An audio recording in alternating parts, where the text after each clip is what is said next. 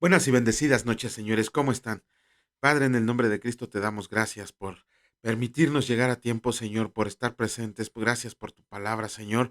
Permite que hoy sea tu Espíritu el que hable por nosotros y sobre todo que sea bendición lo que vamos a recibir. En el nombre de Cristo Jesús, amén. Muy buenas noches, señores. ¿Cómo están? Bienvenidos. Les ofrezco una gran disculpa porque por cuestiones de trabajo estamos iniciando muy tarde la edición del video, la grabación del video, pero no vamos a romper nuestro récord que llevamos de hacer las cosas bien. ¿Cómo se llama? En el sentido de que vamos a seguir hasta que el Señor nos los permita. ¿Qué leímos ayer? El capítulo 36 y capítulo 37 del libro de Éxodo. En el capítulo 36 solamente vemos que es el nombramiento público de Bezalel y Aholiab, que eran aquellos en los que su corazón había puesto ciencia y conocimiento al Señor para que pudieran ser los encargados de llevar toda la obra que el Señor les había encomendado. Vimos también, ah, eh, vemos ahí una parte de la palabra del Señor nos menciona el velo que cubría el lugar santísimo. Nada más como un comentario, porque lo vamos a leer ahora en Mateo. Este, ese velo se rompió, se rasgó de arriba hacia abajo. ¿Cómo se llama? Para que no hubiera duda de que había sido el Señor Jesucristo que con su muerte nos otorgó acceso a la presencia del Señor. En el capítulo 37 del libro de Éxodo se nos da la descripción todavía de algunos artículos del, ¿cómo se llama? Del tabernáculo. Fue el arca del testimonio, el propiciatorio, la mesa de la proposición, el candelero y todos sus accesorios, el altar de la incienso, el aceite de la unción y el incienso. Mm, ¿Cómo decirles?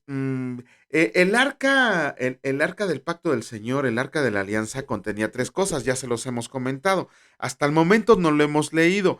Mm, Miren, así para que ya no nos quedemos con la duda. El arca del Señor, más adelante vamos a leer que tenía las tablas de la ley, contenía una vasija de maná y contenía ¿cómo se llama? La vara de Aarón que reverdeció, que mientras para nosotros los cristianos es una cosa que tiene que ver con Jesucristo, para los judíos no es más que un, ¿cómo se llama? Un recuerdo de sus fracasos. Porque las tablas de la ley, luego, en 40 días, ellos se echaron para atrás. El maná que cayó del cielo es la desconfianza que tuvieron por la provisión del Señor, y la vara de Aarón que reverdeció, que estaba ahí, era, ¿cómo se llama? Era un signo en contra de la rebeldía que tenía el pueblo de Israel contra el Señor. Ajá, entonces eso es lo que contenía el arca. Nada más como comentario, por allá en 1989 un señor llamado William McDonald calculó el costo del tabernáculo el costo de construcción de todo el tabernáculo con todos sus utensilios. Y en esos momentos la cifra ascendía a $2 millones. Quizás se les haga poco, pero en el 89, quienes ya pasamos por el 89, era un montón de lana. Miren, por decírselos así, si hacemos esas conversiones con todo lo que lleva lo de la devaluación, el crecimiento, el interés y todo, prácticamente ahorita la construcción del tabernáculo, como lo pidió el Señor, estaría entre 15 y $20 millones. Si hacemos la cuenta lo más bajo, que son $15 millones, y lo trasladamos a pesos mexicanos, aproximadamente la construcción del tabernáculo costaba 300 millones de pesos. Quizá no parezca mucho dinero para algunos o para algunos edificios que vemos. Sin embargo, tenemos que recordar que ni siquiera un tabernáculo de piedra, que apenas era como una especie de tienda de campaña que se había construido para que el Señor morara en medio de su pueblo.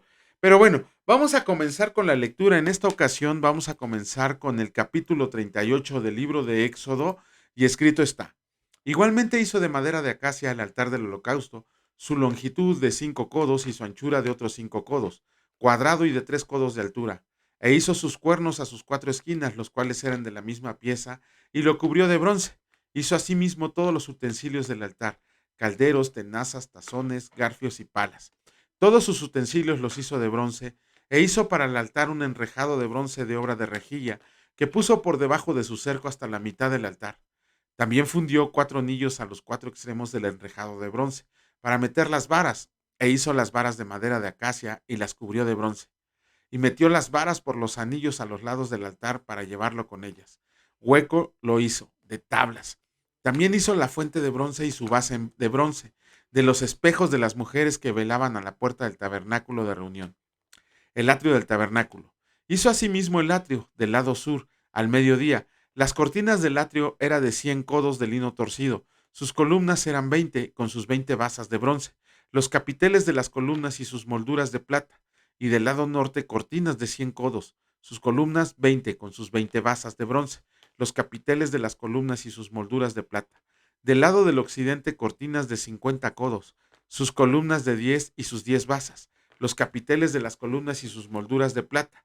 Del lado oriental al este, cortinas de 50 codos, a un lado cortinas de 15 codos, con sus 3 columnas y sus 3 basas.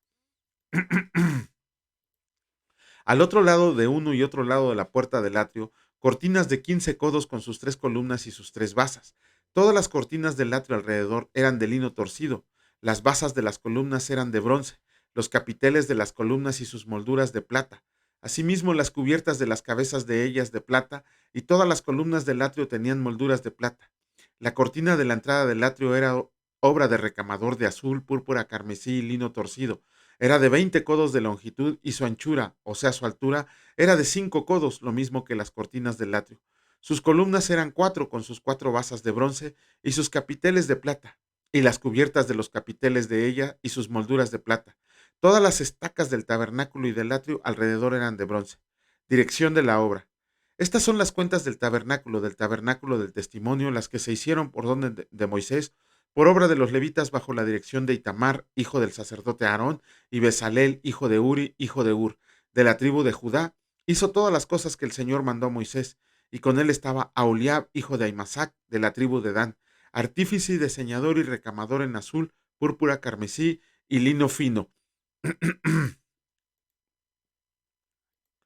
Metales usados en el santuario. Todo el oro empleado en toda la obra del santuario, el cual fue oro de la ofrenda, fue 29 talentos y 730 ciclos, según el ciclo del santuario. Y la plata de los empadronados de la congregación fue 100 talentos y 1775 ciclos, según el ciclo del santuario, medio ciclo por cabeza, según el ciclo del santuario. A todos los que pasaron por el censo de edad de 20 años para arriba, que fueron 603.550. Hubo además 100 talentos de plata para fundir las basas del santuario y las basas del velo. En 100 basas, 100 talentos a talento por basa. Wow. Y de los 1775 ciclos, hizo los capiteles de las columnas y cubrió los capiteles de ellas y las ciñó. El bronce ofrendado fue 70 talentos y 2400 ciclos, del cual fueron hechas las basas de la puerta del tabernáculo de reunión y el altar de bronce y su enrejado de bronce, y todos los utensilios del altar, las basas del atrio alrededor, las basas de la puerta del atrio, y todas las estacas del tabernáculo y todas las estacas del atrio alrededor. Capítulo 39 del libro de Éxodo. Escrito está: hechura de las vestiduras de los sacerdotes. De azul, púrpura y carmesí hicieron las vestiduras del ministerio para ministrar en el santuario, y asimismo hicieron las vestiduras sagradas para Aarón, como el Señor lo había mandado a Moisés. Hizo también el efod de oro, de azul, púrpura, carmesí y lino torcido, y batieron láminas de oro y cortaron hilos para tejerlos entre el azul, la púrpura, el carmesí y el lino con labor primorosa. Hicieron las sombreras para que se juntaran y se unían en sus 2 extremos, y el cinto del efod que estaba sobre él era de lo mismo, de igual labor, de oro, azul, púrpura, carmesí y lino torcido, como el Señor lo había mandado a Moisés. Y labraron las piedras de ónice montadas en engastes de oro, con grabaduras de sello con los nombres de los hijos de Israel, y las puso sobre las sombreras del efod por piedras memoriales para los hijos de Israel, como el Señor lo había mandado a Moisés. Hizo también el pectoral de obra primorosa, como la obra del efod de azul, de oro, azul, púrpura, carmesí y lino torcido. Era cuadrado, doble hicieron el pectoral, su longitud era de 1 palmo y de 1 palmo su anchura, cuando era doblado. Y engastaron en él 4 hileras de piedras. La primera hilera era un sardio, un topacio y un carbunclo. Esta era la primera hilera. La segunda hilera, una esmeralda, un zafiro y un diamante. La tercera hilera, un jacinto, un ágata y una amatista. Y la cuarta hilera un berilo, un ónice, un jaspe, todas montadas y encajadas en engastes de oro, y las piedras eran conforme a los nombres de los hijos de Israel, 12 según los nombres de ellos como grabaduras de sello, cada una con su nombre según las 12 tribus. Hicieron también sobre el pectoral los cordones de forma de trenza de oro puro. Hicieron asimismo 2 engastes y 2 anillos de oro, y pusieron 2 anillos de oro en los 2 extremos del pectoral, y fijaron los 2 cordones de oro en aquellos 2 anillos a los extremos del pectoral. Fijaron también los otros 2 extremos de las 2 cordones de oro en los 2 engastes que pusieron sobre las sombreras del ephod por delante. E hicieron otros 2 anillos de oro que pusieron en los 2 extremos del pectoral, en su orilla frente a la parte baja del ephod. Hicieron además 2 anillos de oro que pusieron en la parte delantera de las 2 sombreras del ephod, hacia abajo, cerca de su juntura, sobre el cinto del ephod, y ataron el pectoral por sus anillos a los anillos del ephod con un cordón de azul, para que se estuviera sobre el cinto del mismo ephod, y no se separase el pectoral del ephod como el Señor lo había mandado a Moisés. Hizo también el manto del ephod de obra de tejedor, todo de azul, con su abertura en medio de él, como el cuello de un coselete, con un borde alrededor de la abertura para que no se rompiera. E hicieron las orillas del manto granadas de azul, púrpura, carmesí y lino torcido. Hicieron también campanillas de oro puro, y pusieron campanillas entre las granadas en las orillas del manto, alrededor entre las granadas. Una campanilla y una granada, otra campanilla y otra granada alrededor en las orillas del manto para ministrar como el Señor lo mandó a Moisés.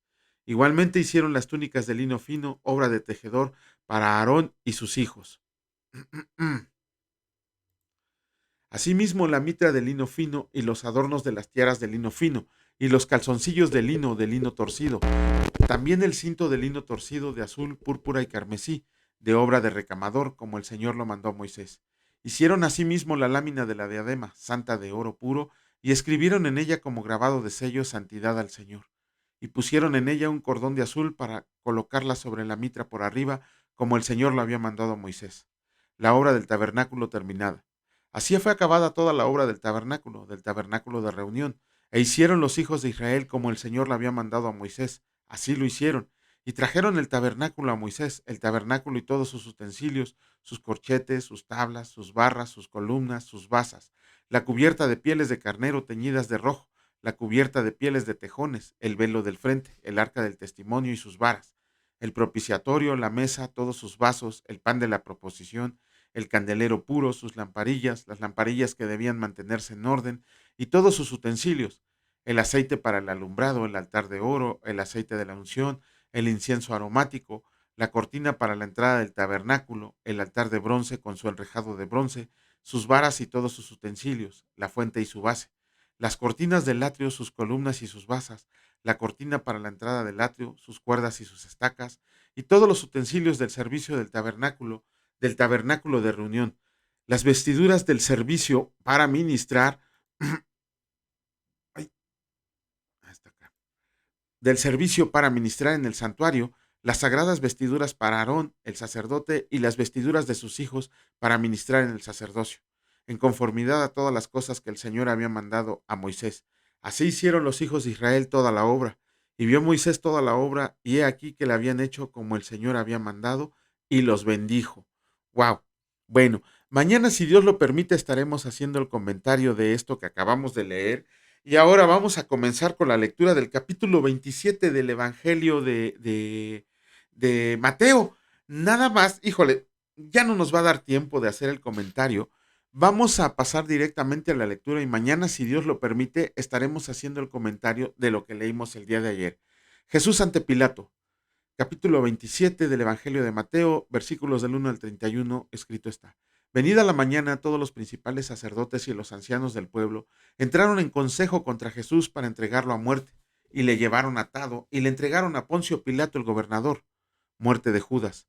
Entonces Judas, el que le había entregado, viendo que era condenado, devolvió arrepentido las 30 piezas de plata a los principales sacerdotes y a los ancianos, diciendo, yo he pecado, entregando sangre inocente. Mas ellos dijeron, ¿qué nos importa a nosotros? Allá tú.